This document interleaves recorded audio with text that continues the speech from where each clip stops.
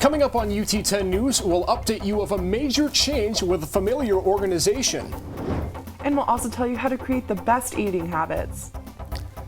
Plus, Nick Kozak was at Paul Hotmer Field as the Rockets tried to slide their way into the MAC tournament in the Battle of I-75. Your news in 10 minutes starts right now. Happy Election Day, everyone, and thanks for joining us. I'm Isaac Petcash. And I'm Zain Omer. UT's student newspaper has not put out a printed edition since April 24th. Yes, and that's right, and you won't see one until 2020 because of a major change that occurred over the summer. UT10's Daniel March joins us now live. Daniel, what's different with the Collegian? Isaac and Zain, the newspaper has a new name, new website, and a new force behind it. When the Independent Collegian was encountering some difficulties and really questioning its ability to succeed, the university made it very clear we want this organization that had been around for 100 years to continue. Over the summer, the Independent Collegian became dependent on funding through the University of Toledo due to a lack of ad revenue. This means that the Collegian and UT are linked back together for the first time in 19 years, but with a new name, the U-Toledo Collegian. The Independent Collegian initially split up from the University of Toledo in 2000. According to the Independent Collegian archives, part of the reason for the breakup was that the paper wanted complete control of the stories published, without the interference of the university. For the U-Toledo Collegian, this will no longer be an issue. We are keeping our independent values though, so when we post, the university isn't checking over, there's no prior restraint. The U-Toledo Collegian is currently in the process of relocating to the basement of Carlson Library and is already back on track producing digital news through its website. Zain, back to you. Thanks, Daniel. There were over 100 incidents reported to UTPD last month. Callers were encouraged to dial 419-530-2600 to be immediately directed to campus police. Now police are asking callers to dial 911 for on-campus emergencies. The 2600 number is still active, but should be used for less serious cases. If you're at the basketball courts and someone sprains their knee, it's 2600. If they grab their chest and fall down, it's 911. Newton says if a major emergency were to occur on campus, a 911 dispatch center is better equipped to handle a high volume of callers. The Perrysburg's Board of Education recently proposed a levy to increase the district's funding. Now, if the levy were to pass, the district will gain $7 million each year over the next 6 school years. However, a passed levy would also mean a property tax increase of 24%. According to the Perrysburg Board of Education, a failed levy means the district has to cut 128 jobs. So I think the community knows that we're doing a very good job. But I think we live in a time where people are looking at their dollars and they're asking questions about, can I afford this? You can vote on whether to pass the levy today at your nearest polling station until 7:30.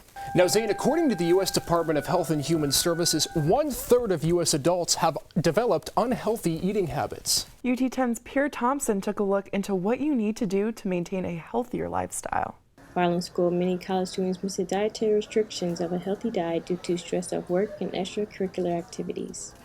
Eating junk food and skipping meals such as breakfast can lead to feeling weak and tired. Since I've been in college, I think my eating habits has changed drastically because I feel like I have to rush to eat since the dining halls close at such an early time. The American Psychological Association reported that 67% of adults have skipped meals due to stress and lack of appetite. Now that I live off campus, I don't have the money to buy good, healthy foods, as opposed to when I lived on campus and it was already provided and I had a meal plan. According to U.S. Department of Health and Human Services, it is important to eat high foods such as protein, carbohydrates, and whole grains in the morning in order to give you energy. In Toledo, I'm Pierre Thompson, UT10 News. According to the Urban Child Institute, 80% of a child's brain is formed by age 3. That's why the Reach Out and Read program has been giving families free books since 1989. The goal is to help parents fast-track their child's literacy from the comfort of their own homes. Books are developmentally appropriate, and they also help the physicians to be able to introduce books to the family, introduce reading. So far, the organization has reached over 4.8 million children across the country. Well, sometimes all a kid needs is a small act of kindness to make their day a little bit better. Books and Bears is a fundraiser put together by students in the Biomedical Science Master's Program. They're using their experience working at UTMC to help give back to their patients. We're essentially just collecting children's books and bears for our pediatric patients in the emergency room to have while they're here. And we're also just collecting adult books so that our patients can read and pass the time at their stay here. Now, MSBS collected over 500 books and 100 stuffed animals this year.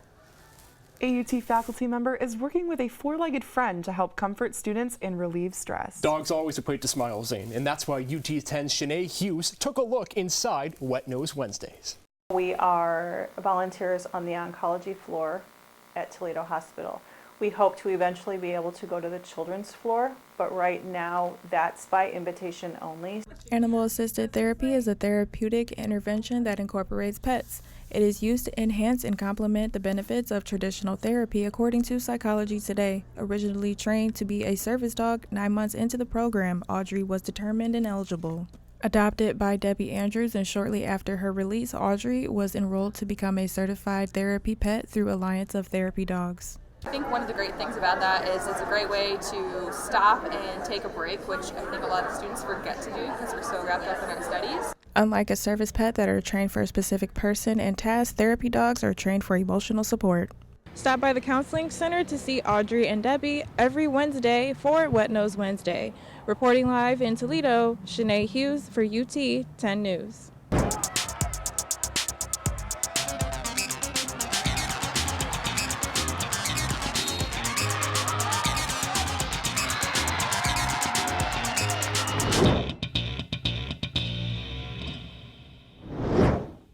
I'm Nick Kozak, and this is your UT 10 Sports Report. It was an exciting weekend in Rocket Sports. The women's basketball team took on the Findlay Oilers, but first, the women's soccer team had a must-win game to get into the MAC tournament as the Rockets took on Bowling Green in the battle for I-75. It was a slow first half with neither team scoring a goal, partially thanks to UT goalie Adriana Brewer, who makes a great save to stop the Falcons' attack. The second half was action-packed and started with a monster goal from Chelsea Washington 43 seconds into the half, putting the Falcons up 1-0. But following a foul into the goalie box, Abby Dembowski was awarded a penalty shot and made it count, tying the game up at 1. Falcons would answer back in the 77th minute when Nikki Cox was able to find the net in a crowded box. With 7 minutes left to go, Kennedy White sealed the victory for the Falcons, spoiling the Rockets' Halloween party with a final score of 3-1. For us, we had to win. You know, it was tied. We surely could have sat back and, you know, a tie didn't do us any good today. We had to get a win, and so we pushed forward, and when you push forward like that, you leave yourself vulnerable to get scored on. The Rockets' loss eliminated them from MAC tournament contention, ending their season. Heading over to Savage Arena, the women's basketball team took on the Findlay Oilers. This was the last exhibition game for the Rockets before the regular season. The Rockets started off hot right at tip-off with Quenisha Lockett hitting a three-pointer to begin the game. Then Mariella Santucci gets the steal, leading to a layup and the and one to extend the Rocket lead. Findlay tried to claw their way back into the game when Lily Simon nailed a corner tray, but the Rockets were too strong, as some great passing skills leads to the Sarah Rokkanen three. Seconds later, Santucci takes it away, leading to the easy layup. The Rockets ended with an easy 86-59 win. You know, the goal at this point in the season is to get better every time you play, and I thought we got a lot better from the last week in the last exhibition game. The Rockets will start off their season tonight in Atlanta as they take on the Georgia State Panthers. And finally, tonight begins midweek action for Rockets football. They're looking to build off their overtime win 11 days ago against Eastern Michigan. Toledo is hosting the Kent State Golden Flashes at the Glass Bowl. A win would propel UT to a winning record in conference play. Kickoff is at 7 p.m. One more reminder, remember to vote tonight. You have until 7:30 to do so.